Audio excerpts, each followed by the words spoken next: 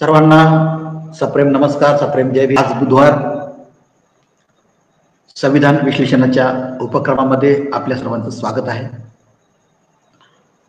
आणि या दिवशी आपण जागतिक तत्ववेत्ते महापुरुष यांचं तत्वज्ञान आपण सादर करत असतो। आणि आज लोकशाहीच्या नावावर अतिक्रमण करणाऱ्या सोफिस्टिकेटेड अर्थात बाहेरून आलेल्या आर्यांनी जे अतिक्रमण केलं आणि त्या अतिक्रमणाचा पहिला जगातला बळी जर कुणी गेला असेल तर ते म्हणजे सॉक्रेटिस। आणि तथागत भगवान बुद्धाच्या नंतर अर्थात या बाहेरून आलेल्या आर्यांच्या कूटनीतीच्या विरोधात या विश्वामध्ये पहिल्यांदा जर कुणी त्या कूटनीतीला शह दिला असेल तर ते म्हणजे तथागत भगवान बुद्ध होते। आणि या तथागत भगवान बुद्धाच्या महापरिनिर्वाणाच्या नंतर अवघ्या 10 वर्षांनी जन्मलेले सॉक्रेटिस हे या सोफिस्टिकेटेड कुसंस्कृतीचे अर्थात आर्यांच्या कूटनीतीचे लोकशाहीसाठी पहिले शहीद झालेले आदरणीय महामानव तत्ववेत्ते महापुरुष, ज्याला तत्वज्ञानाचे जनक सुद्धा म्हणतात, अशा सॉक्रेटिसच्या तत्वज्ञानाचे तत्वज्ञान मी या ठिकाणी आपल्या समोर सादर करणार आहे। सॉक्रेटिस हे महान तत्ववेत्ते आणि तत्वज्ञ होते। त्यांनी संपूर्ण आयुष्य जे 79 वर्ष जगले, त्यांनी केवळ आणि केवळ निसर्ग नियमावर आधारित असलेल्या स्वातंत्र्य, समानता, न्याय आणि बंधुता ह्या लोकशाही मूल्यांना जागृत करण्यासाठी, त्यासाठी जनतेत जागृती करण्यासाठी, विशेषतः युवा पिढींना जागृत करण्यासाठी संपूर्ण आयुष्य वेचलं। आणि या प्रतिक्रांतीच्या परिणामानुसार ज्यांनी ती क्रांती केली आणि त्यापूर्वी जी प्रतिक्रांती ग्रीकमध्ये झाली होती, त्या प्रतिक्रांतीच्या परिणामाने या सॉक्रेटिसचा बळी घेतला आणि जगाचे पहिले शहीद लोकशाही मूल्यांसाठी झालेले हे सॉक्रेटिस। म्हणून या सॉक्रेटिसनी संपूर्ण आयुष्य वेचलेल्या या मूल्यांसाठी त्यांचं तत्वज्ञान एक एक अक्षर म्हणजे डायमंड समजलं पाहिजे आणि त्या अक्षराला आपल्या हृदयामध्ये कोरून ठेवलं पाहिजे। एक त्यांच्या बाबतीत एक किस्सा आहे की त्या काळामध्ये सॉक्रेटिसचं तत्वज्ञान आणि सॉक्रेटिस हा सर्वात बुद्धिमान म्हणून त्या काळामध्ये ग्रीकमध्ये फार प्रसिद्ध झाली होती आणि त्यांची प्रसिद्धी जगामध्ये पोहोचली होती जवळपास। परंतु ग्रीक मधला एक माझ्यासारखा साधा माणूस जो अहंकारी होता, अत्यंत सॉक्रेटिसचा तिरस्कार करणारा होता, आणि तो अहंकारी व्यक्ती सॉक्रेटिसकडे एक दिवस गेला आणि म्हणाला की सॉक्रेटिस, तुझ्याकडे ज्ञान आहे आणि ते मला ज्ञान पाहिजे। त्यावर सॉक्रेटिसने उत्तर दिले, अरे मी ते ज्ञान जे आहे ना समुद्रामध्ये पुरून ठेवलेलं आहे, तू सकाळी 5 वाजता 5:30 वाजता ये, मी तुला देऊन टाकतो पुरलेल्या जमिनीतून काढून। आणि तो माणूस तयार झाला। 5:30ला बोलवलं तर तो 4 वाजता त्या समुद्राच्या किनाऱ्यावर उपस्थित झाला आणि त्याच्याही पूर्वी जाऊन सॉक्रेटिस त्याची वाट पाहत होता। सॉक्रेटिसला भेटल्याबरोबर त्यांनी सांगितलं की सॉक्रेटिस, मला तू कुठं ज्ञान पुरून ठेवलेले समुद्रामध्ये ते दे, मला जायचंय। आणि मग त्याला सांगितलं, चल इथंच पाण्यामध्ये खोल या ठिकाणी मी पुरून ठेवलेलं आहे, तिथं आपल्याला जावं लागेल। आणि मग त्या माणसाच्या खांद्यावर हात टाकून सॉक्रेटिस समुद्रामध्ये चालत गेला। सुरुवातीला गुडघ्या इतकं पाणी लागलं समुद्रात जात असताना, नंतर कमरे इतकं पाणी आलं, त्यानंतर छाती इतकं का पाणी आलं, नंतर खांद्या एवढं पाणी आलं आणि मग गळ्या एवढं पाणी आलं। आणि मग गळ्या एवढं पाणी आल्याबरोबर सॉक्रेटिस बलदंड होते, धृष्टपुष्ट होते, आणि जो ज्ञान मागणारा होता तो हडकुळा होता. गळ्या इतकं पाणी आल्याच्या नंतर सॉक्रेटिसनी त्या माणसाचं मुंडकं धरलं आणि पाण्यामध्ये दाबलं. त्याला बाहेर येऊच दिलं नाही. इतक्या वेळ दाबलं की त्याचा जीव कासावीस झाला. ऑक्सिजन न मिळाल्यामुळं पाण्यामध्ये बुडून मरण्याची वेळ आली. मग त्यांनी त्याच्यातली हाय नाही ती तेवढी शक्ती बाहेर काढली आणि मोठ्या जोराने पाण्याच्या बाहेर उफाळी मारली. आणि मग सॉक्रेटिसने त्याला विचारलं, तुला आता काय पाहिजे? त्यांनी सांगितलं, मला ऑक्सिजन पाहिजे. मग त्यावेळेस सॉक्रेटिसने त्याला सांगितलं, जोपर्यंत तुला जसं आत्ता वाटतं की ऑक्सिजन पाहिजे एवढी अपेक्षा, ज्ञान नको, जोपर्यंत तुला एवढी गरज वाटेल की ज्ञानाची आवश्यकता आता आहे, त्याच वेळेस मला ये, तेव्हाच मी माझ्याकडे, तेव्हाच मी तुला ज्ञान देईन. अशी असते ज्ञानाची भूक. अशा सॉक्रेटिसचं तत्वज्ञान मी आपल्या समोर सादर करतो. यामध्ये सर्वात महत्वाचं जे तत्वज्ञान आहे ते प्रथम मी आपल्याला सांगतो. आणि ते प्रथम तत्वज्ञान सांगण्यापूर्वी मी आपल्याला इसवी सन पूर्व 470चा त्यांचा जन्म होता आणि इसवी सन पूर्व 369चं त्यांचं निधन आहे. या माध्यमातून त्यांचं प्रथम तत्वज्ञान मला सादर करावं असं वाटतं की जे आताच्या काळाला योग्य लागू पडतं. ते म्हणतात, मी गोमाशी आहे आणि समाज म्हणजे संपूर्ण लोकशाही राष्ट्राचा नागरिकांचा समूह म्हणजे समाज, अशी समाजाची व्याख्या सॉक्रेटिसने केलेली आहे. ते म्हणतात की समाज हा सुस्त बैलासारखा असतो. समाज हा सुस्त बैलासारखा असतो आणि त्या बैलाला नेहमी हलवत ठेवणं, जागृत ठेवणं हे माझं कर्तव्य, म्हणून मी गोमाशी होऊन त्या बैलाला सारखं हलवत असतो. त्यानंतर ते सांगतात की प्रत्येकाने आत्मपरीक्षण केलं पाहिजे आणि आत्मपरीक्षण करून समाज परीक्षण केलं पाहिजे.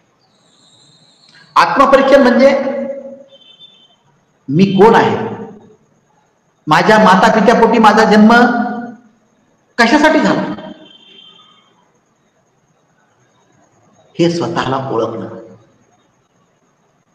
या समाजामध्ये, देशामध्ये माझं नैतिक आणि मूलभूत अधिकार हक्क काय आहेत, माझे कर्तव्य काय आहेत, हे स्वतःला प्रश्न विचारून समजून घेऊन जागृत स्वतः होणं, याला आत्मपरीक्षण त्यांनी म्हटलेलं आहे. आणि ते पुन्हा सांगतात की आत्मपरीक्षण केल्याच्या नंतर समाज परीक्षण केलं पाहिजे. मग अशा व्याख्येनुसार आत्मपरीक्षण केल्याच्या नंतर समाज परीक्षण करण्यासाठी त्याने कर्तव्यातून सिद्ध झालं पाहिजे. समाज परीक्षण म्हणजे काय?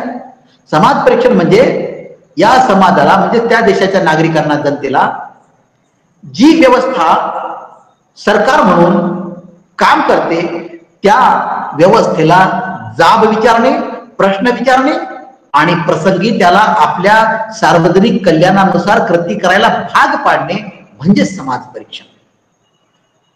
आणि म्हणून आत्मपरीक्षण करून समाज परीक्षण करणे हे जिवंत लोकशाहीच्या देशाचं लक्षण आहे. त्यानंतर ते म्हणतात, ज्या जीवनात परीक्षा नाहीत असे जीवन जगण्यायोग्य नाही.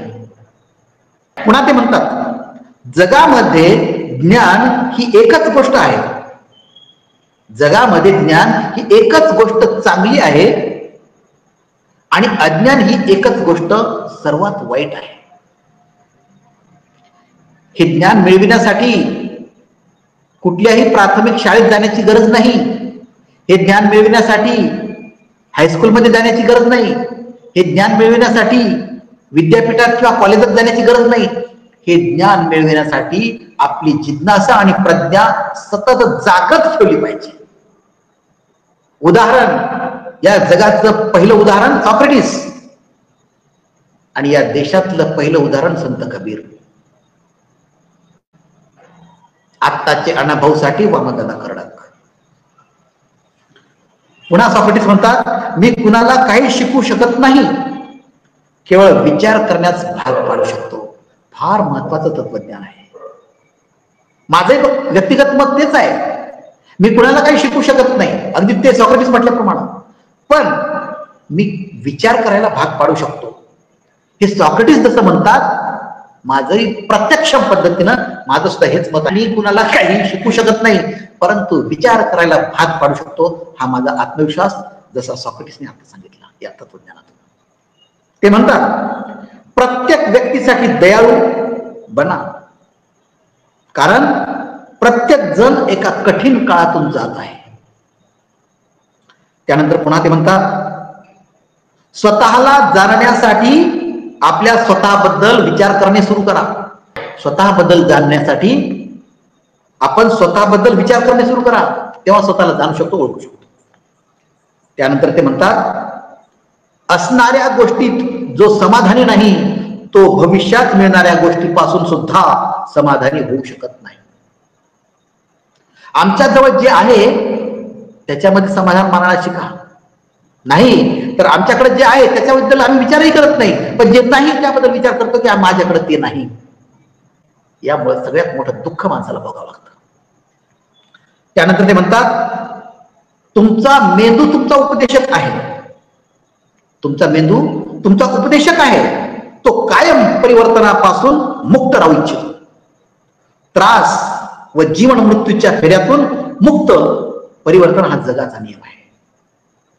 अर्थात शेवटच्या तत्वज्ञानातून काय सांगितलं, शेवटचं तत्वज्ञान पुन्हा एकदा वाचून दाखवतो.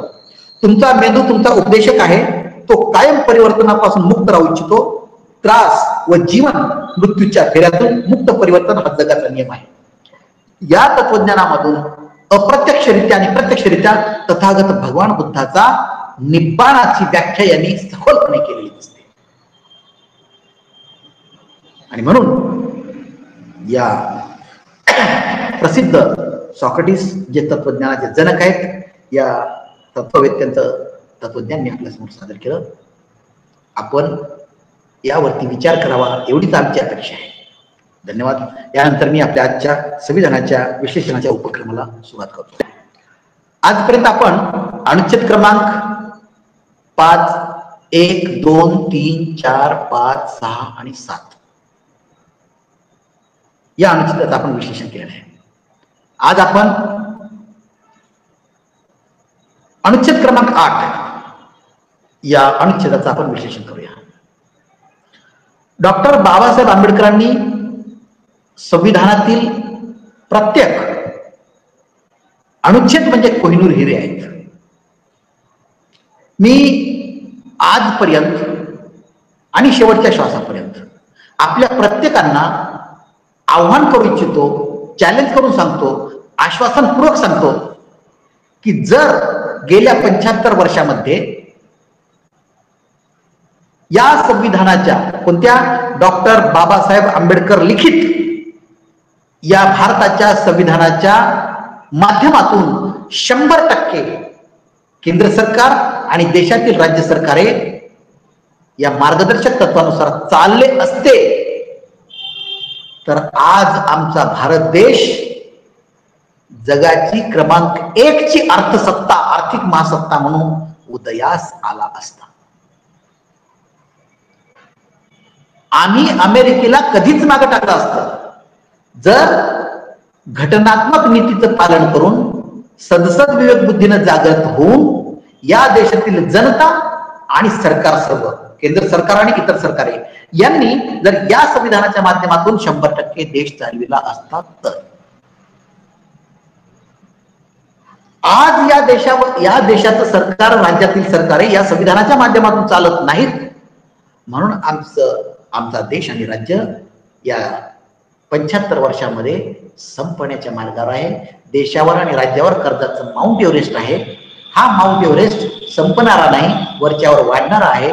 ज्या पद्धतीनं आमचा जगाचा पोशिंदा कर्जबाजारी होऊन आत्महत्या करतो, अगदी त्याच पद्धतीनं या देशाचं केंद्र सरकार आणि राज्य सरकारे अशीच कर्जबाजारी होऊन त्यांची आत्महत्या अशी असेल की अराजकता देशात माजेल, बाहेरचं परकीय आक्रमण आपल्या देशावर होतील अशी संधी साधून आणि मग आमच्या देशामधला सर्वसामान्य नागरिक एका फ्रेंच राज्यक्रांतीसारख्या वातावरणामध्ये प्रवेश करेल.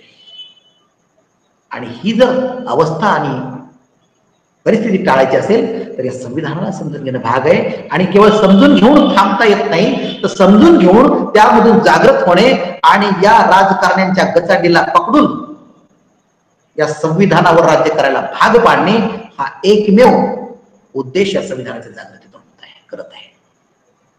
आणि म्हणून आजच्या या 8 क्रमांकाच्या अनुच्छेदाचं विश्लेषण आपण करूया. अनुच्छेद क्रमांक 5 ते 11 या 5, 6, 7, 8, 9, 10 आणि 11 या सर्व अनुच्छेदानुसार भारताचा नागरिक कसा सिद्ध होतो यासाठी ही व्याख्या दिलेली आहे. आणि म्हणून आपण 5, 6, 7 या 3 अनुच्छेदाचं विश्लेषण केलेलं आहे. आज आपण 8, 9, 10, 11 या 4 अनुच्छेदाच्या माध्यमातून या ठिकाणी भारताचा नागरिक कसा सिद्ध होतो ते आपण पाहायचे. या 8 अनुच्छेदाच्या माध्यमातून काय सांगितलेलं आहे ते हे सांगितलेलं आहे की समजा एखादा नागरिक एखादा देशात आपल्या देशामध्ये बाहेर देशामध्ये जाऊन आपल्या देशातला एखादा नागरिक आपल्या देशाच्या बाहेर गेलेला आहे, कुठे England, America, Japan, Pakistan, Sri Lanka, Afghanistan कुठेही जाऊ दे, तो कुठल्या तरी देशामध्ये जाऊन राहिलेला आहे आणि त्याला पुन्हा आपल्या देशाचं नागरिकत्व पाहिजे. काय आपल्या देशामध्ये असताना त्यांनी त्या दुसऱ्या देशामध्ये जाऊन त्या देशाचं नागरिकत्व स्वीकारलेलं आहे, परंतु त्याला तेथील नागरिकत्व सोडून आपल्या देशात यायचे. मग यासाठी या 8 क्रमांकाच्या अनुच्छेदामधून स्पष्ट सांगितलेलं आहे. कसं की समजा एखादा व्यक्ती XYZ किंवा कुठल्याही देशाचा नागरिक आहे किंवा त्या देशामध्ये तो राहतो, परंतु त्याला या देशामध्ये पुन्हा यायचे. तर हा काळ कधी होता? हा काळ होता म्हणजे संविधानाच्या अंमलबजावणीच्या सुरुवातीच्या काळामध्ये. संविधानाची अंमलबजावणी लागू होण्याच्या अगोदर सुद्धा, लागू झाल्याच्या नंतर काही वर्ष सुद्धा, अशा काळामध्ये जर एखाद्या देशात इतर देशामध्ये राहणारा व्यक्ती त्याला आपल्या देशाचं नागरिकत्व जर पुन्हा घ्यायचं असेल तर त्यांनी काय केलं पाहिजे? तर कमीत कमी त्या व्यक्तीचे आई वडील किंवा त्या व्यक्तीचे आजी आजोबा या चौघांपैकी कुणीतरी त्यांचा या देशामध्ये स्वातंत्र्याच्या पूर्वी जन्म झालेला असला पाहिजे. पण स्वातंत्र्याच्या पूर्वी आपल्या देशामध्ये काय होतं? स्वातंत्र्याच्या पूर्वी आपल्या देशामध्ये डोमिनियन ऑफ इंडिया हे प्रकारचं सरकार होतं. आता डोमिनियन ऑफ इंडिया म्हणजे काय? डोमिनियन ऑफ इंडिया याचा अर्थ असा आहे की आपला देश इंग्रजांच्या ताब्यात होता स्वातंत्र्यापूर्वी आणि इंग्लंडनी त्या ब्रिटिशांनी जिथं जिथं त्यांचं साम्राज्य होतं त्या त्या देशामध्ये त्यांनी डोमिनियन ऑफ त्या देशाचं नाव, डोमिनियन ऑफ अमुक अमुक देशाचं नाव, तसं आपल्या देशामध्ये डोमिनियन ऑफ अशा प्रकारचा त्यांचं साम्राज्य या नावाखाली चालत होतं. आणि याच नावाला अनुसरून, याच डोमिनियन ऑफ इंडिया याला अनुसरून गव्हर्नमेंट ऑफ इंडिया ऍक्ट नावाचा त्यांनी कायदा केला होता. म्हणजे आपल्या देशाच्या स्वातंत्र्याच्या पूर्वी, संविधानाची अंमलबजावणी होण्याच्या अगोदर जे ब्रिटिश सरकार होतं त्याला काय म्हणायचं? Dominion of India. आणि यांनी जे काही ऍक्ट केला होता गव्हर्नमेंट ऑफ इंडिया ऍक्ट 1935, त्या कायद्यानुसार या देशामधला जो नागरिक होता, जे त्या काळामध्ये जो नागरिक होता त्या नागरिकाचे जर उल्लेख त्या कायद्यामध्ये असेल, म्हणजे आता त्या बाहेर असणाऱ्या व्यक्तीची आई किंवा त्याचे वडील किंवा त्याची आजी किंवा त्याचे आजोबा या चारपैकी कुणीतरी एकाचा जन्म असलेला, राहत असलेला या स्वातंत्र्याच्या पूर्वीचा दाखला, पुरावा जर त्याच्याकडे असेल तर तो पुरावा त्याने तो आता ज्या देशामध्ये राहतो त्या देशातल्या उच्चायुक्ताकडं, म्हणजे अर्थात राजदूताकडं त्या ठिकाणी तो पुरावा दाखवायचा. आणि तो पुरावा दाखवल्याच्या नंतर त्या राजदूताच्या मार्फत किंवा उच्चायुक्ताच्या मार्फत हे सिद्ध होईल की या व्यक्तीचे आई किंवा वडील किंवा आजी किंवा आजोबा यांच्यापैकी कुणाचा तरी या देशामध्ये स्वातंत्र्याच्या पूर्वीच्या, म्हणजे संविधानाच्या अंमलबजावणीच्या पूर्वी त्यांचा कोणाचा तरी जन्म झाला होता हे सिद्ध होईल. आणि मग ते उच्चायुक्त किंवा राजदूत त्या ठिकाणी त्याला आपल्या भारताचं नागरिकत्व देण्यासाठी तयार होईल आणि मग असा व्यक्ती या देशाचा नागरिक म्हणून सिद्ध होईल. या 8 क्रमांकाच्या अनुच्छेदानुसार बाहेर राहणाऱ्या व्यक्तीला, भारताच्या बाहेर राहणाऱ्या व्यक्तीला आपल्या देशाचं नागरिकत्व जर पाहिजे असेल तर अशा नियमानुसार त्यांनी ते सिद्ध करावं लागेल. अशी ही व्यक्ती या देशाची नागरिक असेल, असं क्रमांक 8च्या माध्यमातून या ठिकाणी आपण समजून घेतलेलं आहे. अनुच्छेद क्रमांक 8च्या नुसार पुन्हा हा व्हिडिओ ऐकून आपण समजून घ्यावा. त्यानंतर अनुच्छेद क्रमांक 9 यामध्ये काय सांगितलेलं आहे की आपल्या देशातून बाहेरच्या देशामध्ये कुठल्याही जाऊन राहणे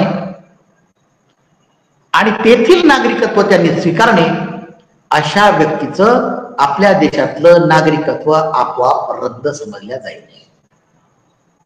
सोपी व्याख्या. या 9 क्रमांकाच्या अनुच्छेदानुसार काय सांगितलं की आपल्या देशातला एखादा नागरिक बाहेर देशामध्ये जातो, त्या देशाचं नागरिकत्व स्वीकारतो आणि तिथेच राहतो, अशा वेळी त्या व्यक्तीचं भारत देशाचं नागरिकत्व आपोआप रद्द समजल्या जाईल. स्पष्ट उल्लेख. त्यानंतर अनुच्छेद क्रमांक 10. अनुच्छेद क्रमांक 10 नुसार नागरिकत्वाचे हक्क चालू राहणे. या देशाचं नागरिकत्व अनुच्छेद क्रमांक 5 ते 11 नुसार सिद्ध झालेलं आहे. परंतु या देशाच्या संविधानाच्या अंमलबजावणीच्या नंतर कधीही जेव्हा नागरिकत्व सिद्ध करण्याची वेळ येते त्यासाठी संसदेला काही अधिकार प्रदान केलेले आहेत. म्हणजे संसदेने वेळोवेळी कायदे करून नागरिकत्वाच्या माध्यमातून नागरिकत्व सिद्ध करण्यासाठी कायदे करावे लागतात. आणि जे जे कायदे केलेले असतात त्या कायद्यानुसार, त्या बदललेल्या कायद्यानुसार नागरिकत्व सिद्ध करावं लागतं.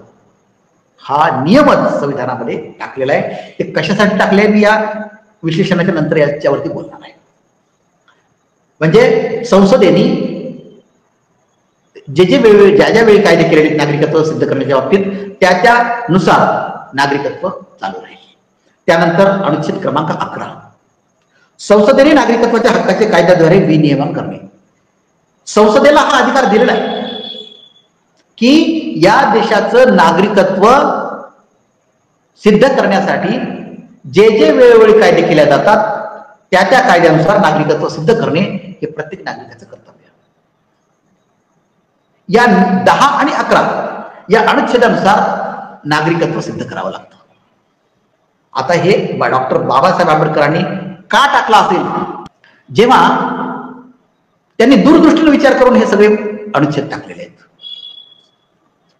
आमचा देश अनेक प्रकारच्या धर्मांनी समाविष्ट झालेला आहे. अनेक धर्माचे, अनेक जातीचे लोक या ठिकाणी असतात. त्याचप्रमाणे या देशाच्या भोवती जे काही इतर राज्य आहेत, इतर राष्ट्र आहेत, पाकिस्तान असेल, श्रीलंका असेल, अफगाणिस्तान असेल, चीन असेल, रशिया असेल, हे जे भोवताली आपल्या राष्ट्र आहेत, इतर देश आहेत, या सगळ्या देशांपेक्षा आपल्या जवळचा सगळ्यात पाकिस्तान देश आहे. आणि या पाकिस्तान आणि अफगाणिस्तान ही मुस्लिम राष्ट्र आहेत. आणि मुस्लिम राष्ट्र हे सहसा धर्मांधावर चालणारी राष्ट्र आहेत. आणि जो देश धर्मावर आधारित आपलं सरकार किंवा राज्य चालवतं त्या ठिकाणी स्वातंत्र्य, समानता, न्याय आणि बंधुता हे नांदत नसतात. हे त्यावेळेस बाबासाहेबांनी ओळखलं होतं. आणि मग पाकिस्तान सारखा देश जर त्या पद्धतीनं जर वाटचाल करत असेल तर त्या देशामध्ये अराजकता माजेल. महागाई आणि बेरोजगारीच्या प्रश्नामुळं त्या देशामध्ये वेगवेगळ्या प्रकारच्या अराजकता माजल्यामुळं, अनागोंदी माजल्यामुळं तो देश सैरभैर होईल. आणि तो जर देश सैरभैर झाला तर हा जो देश शांततेनं विकास करत असेल तर हा सैरभैर झालेला देश या देशाला शांततेनं नांदू देणार नाही. आणि मग कुरापत्याकडे, मग तेथील जनता आंतरराष्ट्रीय सीमा तोडून या देशामध्ये अराजकता माजविण्यासाठी येईल. बांगलादेश मधून सुद्धा त्या पद्धतीने होऊ शकेल. तेव्हा तो बांगलादेश नव्हता, परंतु शेजारचे मुस्लिम राष्ट्र जे धर्मात असतात त्यांच्या माध्यमातून ही अडचण आपल्याला होईल. आणि जर समजा तेथील निर्वासितांचे लोढे या देशामध्ये सीमा पार करून जर आले, लाखोच्या संख्येनं आले, तर या देशामध्ये मूळ नागरिक कोण आहेत, या देशामध्ये मूळ निवासी कोण आहेत, बाहेरून आलेले कोण आहेत, असे प्रश्न निर्माण होऊ नये. मग असे जर प्रश्न निर्माण झाले कदाचित तर त्याचा निपटारा करण्यासाठी संसदेला अधिकार दिले आहेत की संसदेने तसे अमेंडमेंट करावी, घटना दुरुस्ती करावी आणि नागरिक सुधारणा विधेयक आणून त्या ठिकाणी त्या कायद्याची अंमलबजावणी करावी. यासाठी 9 आणि 10 या अनुच्छेदाचा समावेश डॉक्टर बाबासाहेब आंबेडकरांनी या संविधानात केलेला आहे. परंतु 2019च्या काळामध्ये या भाजपच्या मोदी सरकारने संसदेमधून याच अनुच्छेदाच्या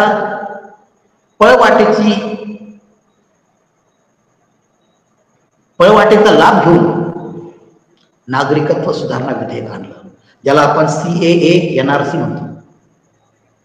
आणि त्या माध्यमातून गरज नव्हती, आमच्या देशामध्ये किती लाखो लोंढे आले होते बाहेरचे निर्वासित, एक तरी आलं होतं का? जसं अमेरिकेच्या मेक्सिको मधून अमेरिकेमध्ये लोंढे जातात भिंत ओलांडून, लाखोचा जनसमुदाय त्या ठिकाणी जातो, तसं आमच्या देशामध्ये झालंय का? अजिबात नाही. कुणी मागणी केली का विरोधी पक्षांनी की नागरिकत्व सुधारणा विधेयक आणा म्हणून? विरोधी पक्षांनी, तेव्हा तो विरोधी पक्ष नव्हताच, सर्व पार्श्व बहुमत नव्हतं. कुणीही मागणी न करता, कुठल्याही प्रकारची अनागोंदी या देशामध्ये निर्माण झालेली नसताना, कुठल्याही सीमेच्या पलीकडून आमच्या देशामध्ये लाखोंचा लोंढा इतर देशांचा आलेला नसताना, अशा वेळी नागरिकत्व सुधारणा विधेयक आणायची गरजच काय? हे अशा पद्धतीनं या मोदी सरकारने NRC आणि CAA आणून या अनुच्छेदाचं उल्लंघन केलेले 9 आणि 10चं. आणि म्हणून या कुठलीही गरज नसताना स्पष्ट भूमिका होती, या देशाचा नागरिक, त्याची व्याख्या आणि त्याला नागरिकत्व सिद्ध करण्याची पूर्ण संधी संविधानाच्या या 5 ते 11 अनुच्छेदामधून डॉक्टर बाबासाहेब आंबेडकरांनी परखड आणि निसंदिग्धपणे व्यक्त केली होती.